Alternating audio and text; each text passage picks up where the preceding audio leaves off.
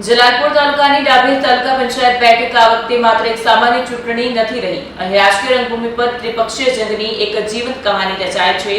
26મીના મતદાન પહેલા ગામડાઓમાં ચર્ચાનો ગરમાવો એટલો વધી ગયો છે કે દરેક ચોરાહે, ચા સ્ટોલે અને ખેતરની વાટ પર પણ રાજકારણ ગુંજી રહ્યું છે. મારું નામ મોહમ્મદ હનીફ મહમૂદ વાજા છે અને હું ડાબેલ ગામનો રહેવાસી છું. સૌપ્રથમ હું ઇન્ડિયન નેશનલ કોંગ્રેસ પક્ષના આગેવાનોનો દિલથી આભાર માનું છું કે જેઓએ મને આવનાર સ્થાનિક સ્વરાજની ચૂંટણીમાં ડાભેલની બેઠક પરથી ટિકિટ આપી ઉમેદવાર બનાવ્યો છે. પક્ષે મારા પર જે વિશ્વાસ મૂક્યો છે તે માટે હું ખૂબ આભારી છું. આ વાત મારા માટે ગૌરવની છે અને હું પક્ષના વિશ્વાસ પર ખરો ઉતરવાનો પૂરો પ્રયાસ કરીશ.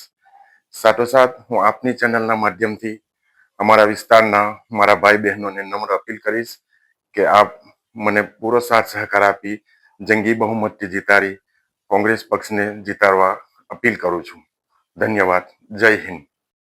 નમસ્કાર મિત્રો, મારું નામ અક્ષયકુમાર ચંપકભાઈ ડિમ્મર છે.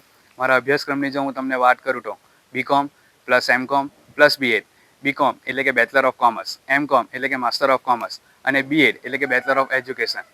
તમે સર્વે ઉમેદવારો જાણો છો કે આપના ગામમાં આવનારા દિવસોમાં તાલુકા પંચાયતનું ઇલેક્શન આવે છે. આપણા 4 ગામડા લાગે છે: ડાભેલ, સિમલક, આસના અને કાળાગાંચા. જેમાંથી આમ આદમી પાર્ટીએ મને ઉમેદવારી આપી છે, મને ટિકિટ આપી છે. તે બદલ હું આમ આદમી પાર્ટીનો ખૂબ ખૂબ આભાર માનું છું કે જેમને મારા પર વિશ્વાસ વ્યક્ત કર્યો છે. અને બીજું તમને એટલું જણાવવા માંગુ છું કે પાર્ટીએ જે કંઈ બી મને જવાબદારી આપી છે, સત્તાની સોંપણી આપી છે કે કાર્યની સોંપણી આપી છે, એને હું નિષ્ઠા અને ઈમાનદારીપૂર્વક કરીશ. જય હિન્દ, જય ભારત, અસ્તુ.